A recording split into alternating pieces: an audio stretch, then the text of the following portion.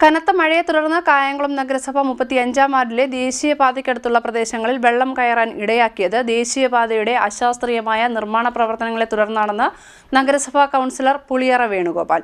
ഇക്കാര്യം നിരവധി തവണ നഗരസഭാ അധികൃതരുടെയും ദേശീയപാത അതോറിറ്റി ഉദ്യോഗസ്ഥരുടെയും ശ്രദ്ധയിൽപ്പെടുത്തിയിട്ടും നടപടി സ്വീകരിച്ചില്ലെന്നും അദ്ദേഹം പറഞ്ഞു.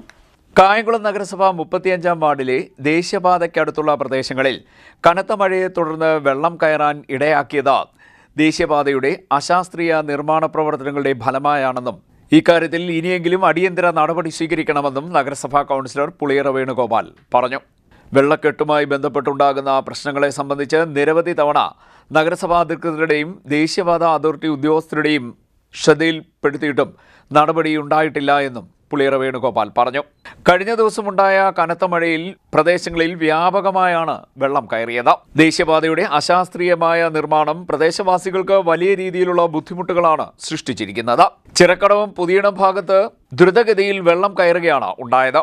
താൻ തന്നെ ഓട വൃത്തിയാക്കാൻ ഇറങ്ങിയെന്നും പുളിയറ വേണുഗോപാൽ പറഞ്ഞു. ഈ വിഷയത്തിൽ ശാശ്വത പരിഹാരമുണ്ടാക്കുന്നതിനായി ശക്തമായ പ്രക്ഷോഭങ്ങൾക്ക് നേതൃത്വം നൽകുമെന്നും അദ്ദേഹം അറിയിച്ചു. CDNet news, Kayamkulam.